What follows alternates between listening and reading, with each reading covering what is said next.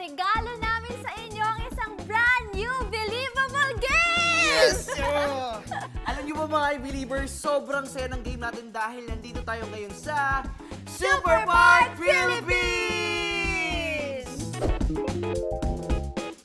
And for today's game, maglalaro tayo dun sa tinatawag na Valo Arena para sa Lava Fall Challenge!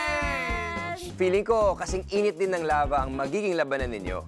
At ngayon, nandito na ang mga competitive players na makikijoin sa atin. Naku, ito na nga! Sina Julia Pascual! Hello! Hello! Of course! Sean Lucas! Ay, Oo. Ay.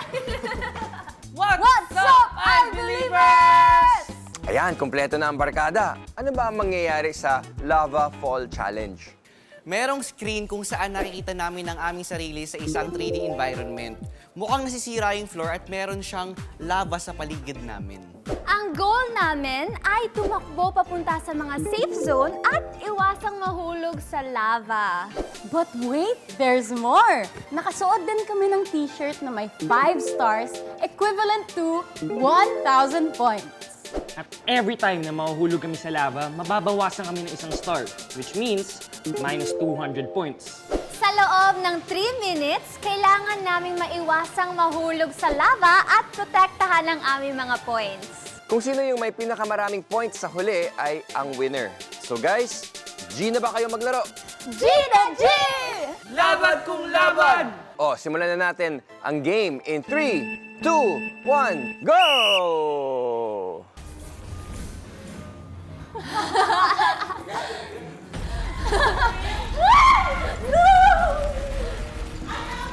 Okay, okay. Safe. Ang strategy lang dito, kailangan manipis ka at mabilis ka mag-isip. Actually, kailangan patient ka lang eh. Tingnan mo eh. Kasi paminsan nagpapanik ka, paminsan di mo na agad nakikita kung asan yung green. So medyo dapat kalmado ka lang. Kahit hindi ko nakikita sa surroundings ko yung totoong lava, andun pa rin sa harapan mo. So feel mo talaga yung kaba. Sumakto yung yung pa ako doon, nakatiptoe akong ganyan. Ayan, nakatiptoe akong ganon. So far, kuupa pa ang mga stars namin. Opo.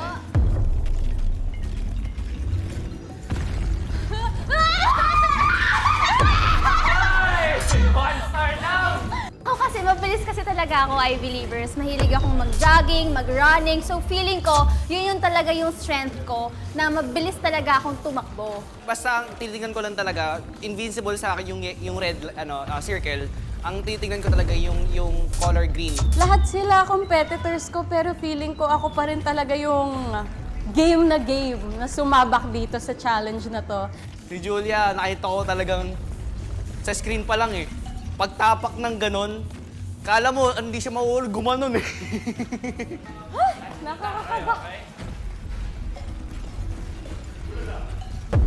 Oh! Yung mga boys natin, medyo malalaki sila, di ba, matatangkad.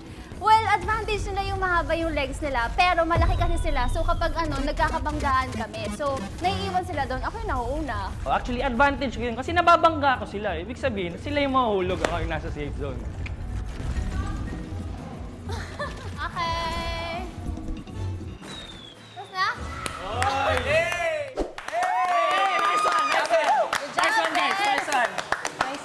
Okay, eto na. Ay, So, ang total score ni Zonya ay 400 points. Yes! 400! At ito na nga, ang total points ni Sean ay 800! Thank you. Yes! Good job! At ang total score ni Julia ay 800 minus 800 equals 0. Ano champion? At ang total score ni Jamir naman ay 1,000! Ang augmented reality o AR ay ang pag-enhance sa isang physical environment sa tulong ng digital images at 3D visuals. Example nito yung mga filters sa smartphones na ginagamit sa mga selfie at video. Gumagamit ang AR technology ng hardware gaya ng camera at sensors para ma-scan yung motions o pagkilos at ma-determine yung exact area kung saan nakaposisyon ang isang tao. Yung data o information na nakuha sa tulong ng hardware ay ipoprocess ng isang augmented reality software. Ito yung gumagawa ng computer-generated visual elements at 3D animations na ipapatong sa live video feed ng camera. Kaya naman, yung nakikita ng players na video doon sa screen ay para silang nasa isang 3D environment o virtual space. Level up ang gaming experience sa tulong ng augmented reality. I believe. Would like to invite everyone to visit Super Park Philippines. We have 21 different activities here, sports team that will force you to move. We have 5 sessions. You can visit us in Eastwood Mall, 4th floor. We are open from 10 a.m. to 10 p.m. For more information, you can visit our website, superpark.com.ph. I-Believers, i-celebrate natin ang Pasko with Bor Science. Siyempre, abangan nyo ang mga paandar kung saan matututo ka na. Mag-enjoy ka pa! Dito lang yan sa...